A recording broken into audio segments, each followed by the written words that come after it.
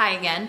So the next thing we have to talk about here today is Camp Harvest Child Protection Policy. Now, there's a lot of different things that fall under that bucket, and I know that a lot of these things can feel complex and confusing, so my goal will be to keep them as simple as possible.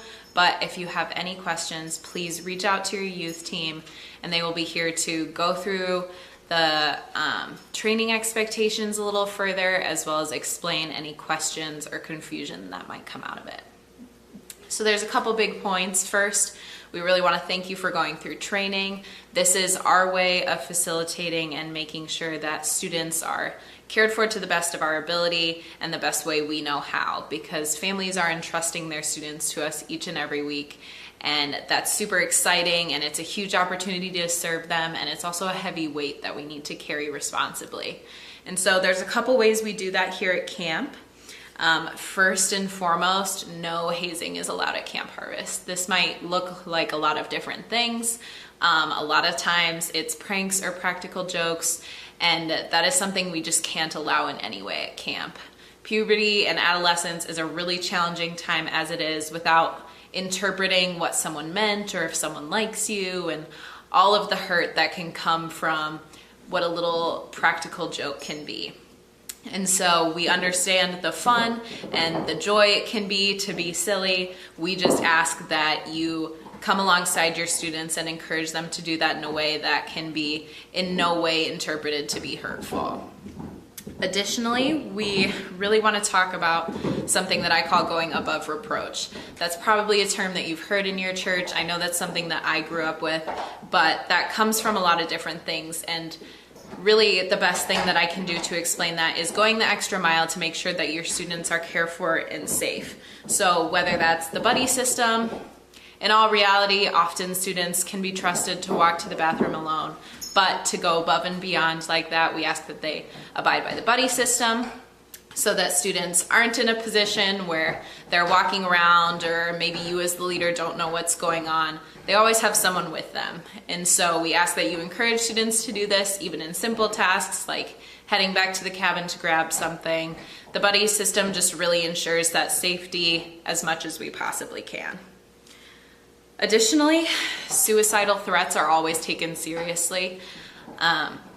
We don't know what's going on in a student's life, and I myself am a school counselor, and so I've seen the importance of taking every words with the weight that should be carried. So when a student says, "Oh, I just wish I could die," even if it's in a joking or offhanded way, that's something that's really important, because that can often come from a place of something that's maybe in the back of their mind, or with some students it really is in the front of their mind. And so as soon as that happens, we want you to immediately contact your youth team, contact myself, one of our team members, and we will partner with you in walking through the next steps of caring that students and getting them the mental health support that they need.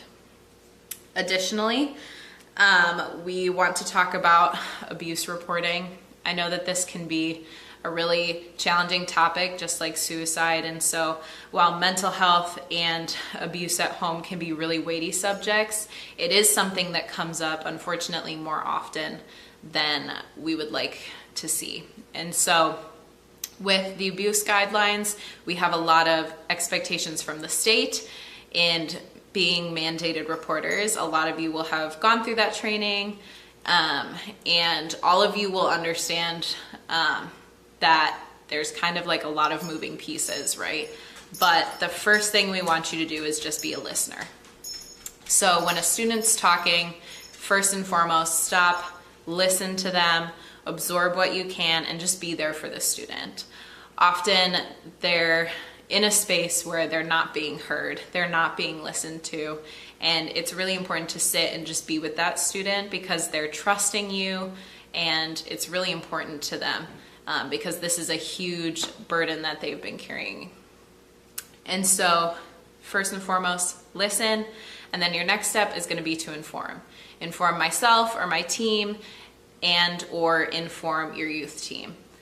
I know that it can feel silly just to, obviously we want to keep confidentiality, but facilitating the next steps with one of us will be able to help ease your mind, and we'll just be able to partner with you and your student in taking the next steps of reporting. So once you listen, make sure to not to be interviewing. We don't need to ask them follow-up questions. We don't need to get every little detail. We just need to hear the student and then to find the people we need to help us take the next steps.